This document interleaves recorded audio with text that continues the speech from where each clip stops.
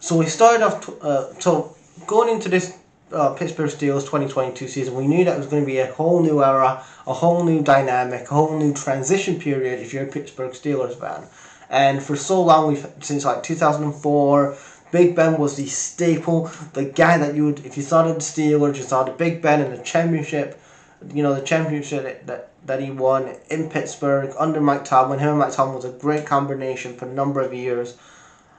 You go to 2021 when Big Ben finally retires. Okay, a season too late in my opinion, but again we talked about it before.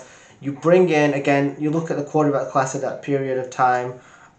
You have Malik Willis, you have Desmond Ridder, Kenny Pickett, Matt Corral, and Sam Howell. And you guys know from last year's quarterback class. It's not really a strong quarterback class, so you need to address the quarterback position. You're not going to look at things in free agency.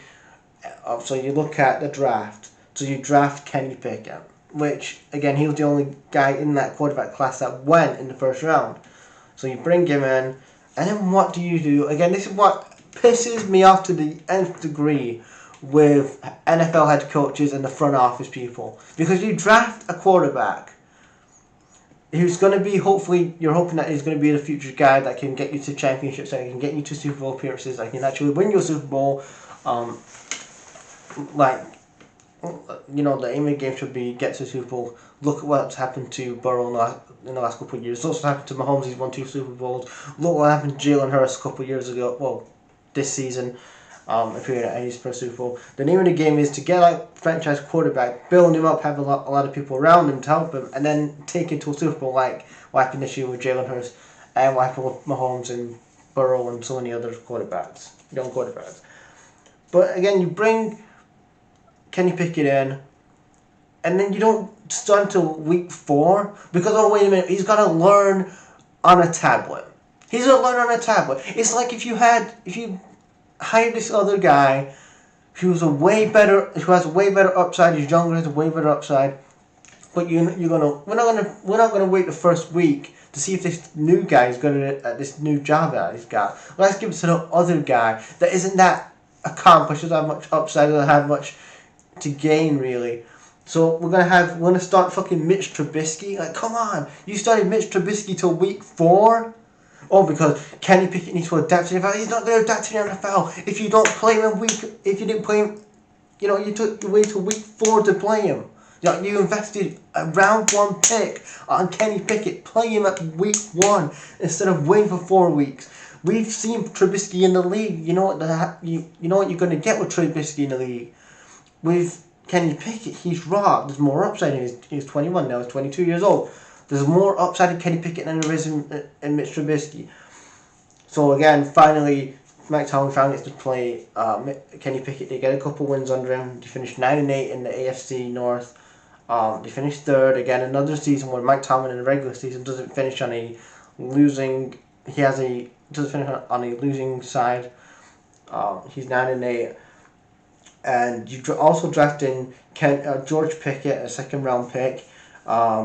You have Connor Haywood laid on in the 7th round pick. You have Calvin Austin the 3rd. He's a defensive line. You still have Najee Harris. You get rid of Chase Claypool, send him to the Bears. You trade away, you give the Bears your 2nd round pick for 2023, and you get rid of Chase Claypool. You have George Pickens, like I said. What do you need in this draft? You need a cornerback, offensive tackle. You need to work on that offensive line to help Kenny Pickett, so offensive tackle, defensive line, linebacker, wide receiver. Again, need to get more, build that team more with wide receivers, offensive tackle, defensive line, linebacker, an edge, an inside linebacker, and a tight end. They have a 2nd round pick. They have 2 1st round picks, a 2nd round pick, 2 3rd round picks, a 4th round pick, and 2 7th round picks. Again, the other thing I want to talk about is that Matt Canada.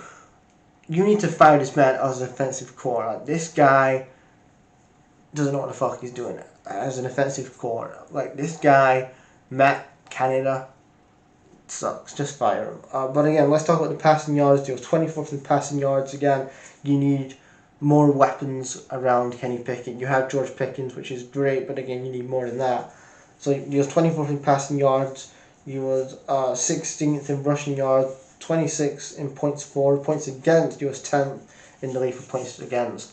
Against points for, well, yeah, points against. You was 10th. So that is my Pittsburgh Steelers 2022 season recap. Leave your guys' thoughts in the comments, and I'll see you later. Peace.